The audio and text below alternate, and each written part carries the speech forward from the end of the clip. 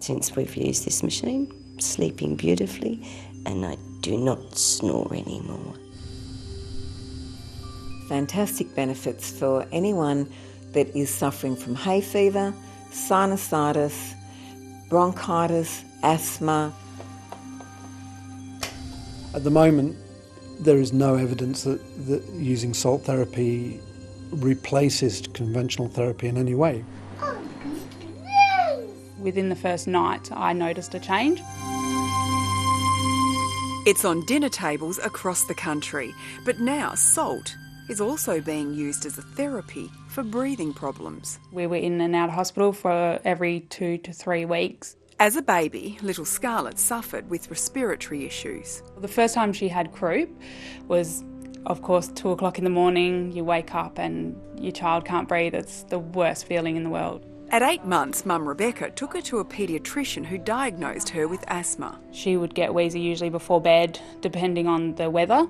Now too, Scarlett's been on medication ever since. And I said to the pharmacist, is there anything else you could suggest?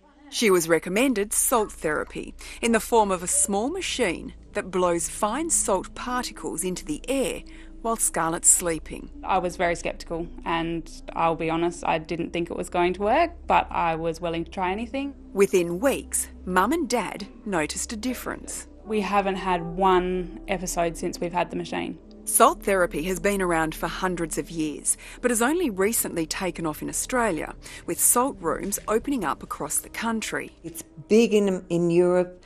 Lots of places have salt rooms where you can sit and inhale salt that's pushed through filters. Now there's a machine that allows people to have salt therapy at home. Perth naturopath Val Allen was introduced to Saline Plus by her patients. I'm really sceptical. The reason I became interested in this product was because 2 patients independently arrived with great results, and I wanted to know what had they been doing, and they both told me about the Saline product. She's since recommended it to her other patients.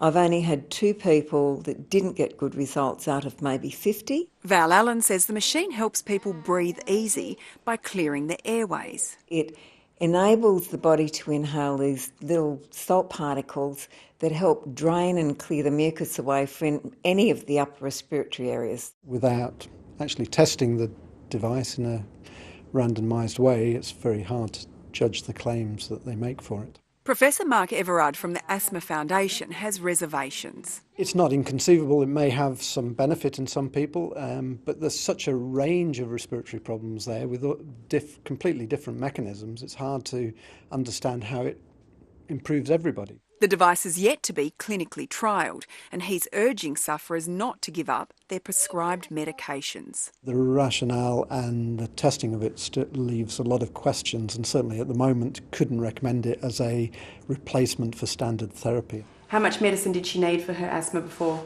The Ventolin, we were using probably 2 to 3 puffs a day. Rebecca still gives Scarlett her preventative puffer, but she barely needs her Ventolin. She hasn't had the Ventolin for months now. It's designed to help anyone from babies of 2 days old to anyone. We were having pretty crabby nights and waking up through the night. For all their married lives, Kathy and Bob Haynes have both been snorers. I used to just wake up during the night trying to get back to sleep, and Kathy snoring, so you say, Kathy, roll over. A pharmacy assistant, Kathy brought home the machine to see if it could help. Within a week, they say their nights changed. Since we've had the machine, we sleep like babies and I don't snore. With salt therapy gaining popularity, doctors say people shouldn't abandon their regular medication, but could try salt as an additional treatment. If there is a benefit to some people and they're able to reduce their dose a little bit, well, that would be great. But my suspicion is that that's going to be relatively few patients. Doesn't hurt to try, it won't hurt you, and you'd be surprised at the difference.